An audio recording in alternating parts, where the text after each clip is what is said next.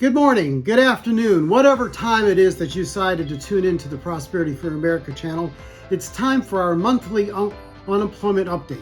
In the economy in January of 2024, now that we have all the numbers in, I know it's kind of late February, etc., but it takes a while for all the numbers, and we hear them kind of one at a time. And in this report, what we try to do is put all the numbers together so that they actually make more sense to all of us. And the purpose of which is if you're thinking, well, is this a good time for me to look for a new position, or is this not a good time? And so what we're going to do is just give you the numbers. And so what it boils down to is in the month of January, better than expected, 353,000 new jobs were created in the U.S. economy. And that kept the unemployment rate at 3.7%. So 3.7% is a very solid, good unemployment rate. 353,000 people getting jobs in a month is a very good, solid number.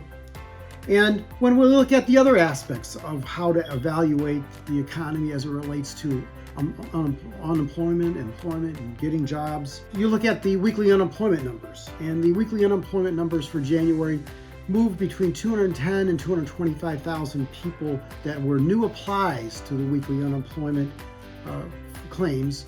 And that's also a good number.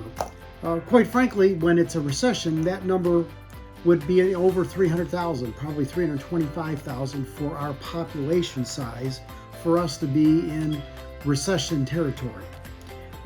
Another facet that's really solid is that in the economy, there's 8.85 million jobs being paid advertised. In other words, not just they put a sign out in front of their building, they're paying for 8.85 different positions. Employers are paying to have those jobs advertised.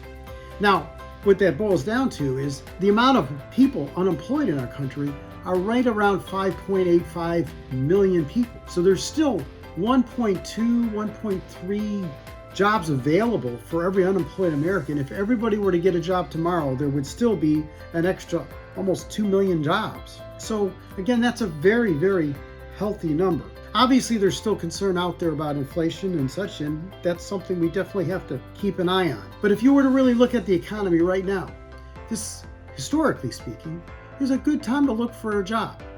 The economy is tight, unemployment is very low, and that means that maybe you could find a better job. And you should be able to find it with a good, solid, stable company, because the GNP did grow for the fourth quarter more than was expected in the United States. So all in all, from the standpoint of looking at the whole picture, looking at the numbers, we at the Prosperity for America channel rate this a good time to look for a new position.